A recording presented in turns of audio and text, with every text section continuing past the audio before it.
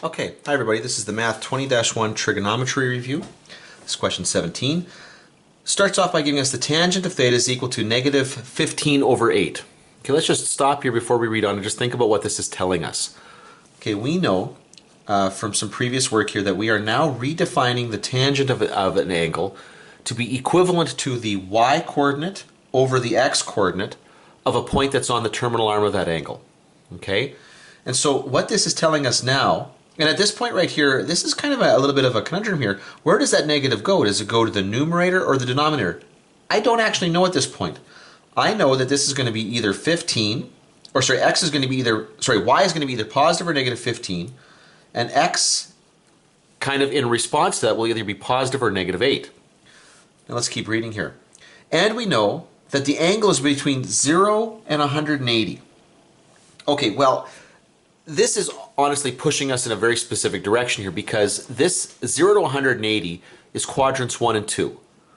But all ratios are positive in quadrant 1, so this must be referring to quadrant 2. If we are in quadrant 2 as a result, okay, we know that the y-coordinate must be positive. It must be the x-coordinate that's negative here. So what we're seeing here is we've got this angle theta here.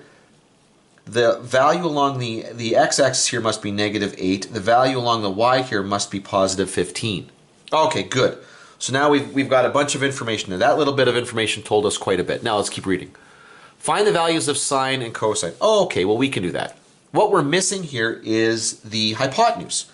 So r is going to equal the square root of 15 squared plus negative 8 squared. And it turns out, you don't have to do much calculations here for this, turns out that ends up being 17. Okay, so there's 17. Which means the sine of theta, being the y-coordinate over the r, is going to end up being 15 over 17. And the cosine of theta, being the x-coordinate over r, will be negative 8 over 17. And those are the two values that we're looking for.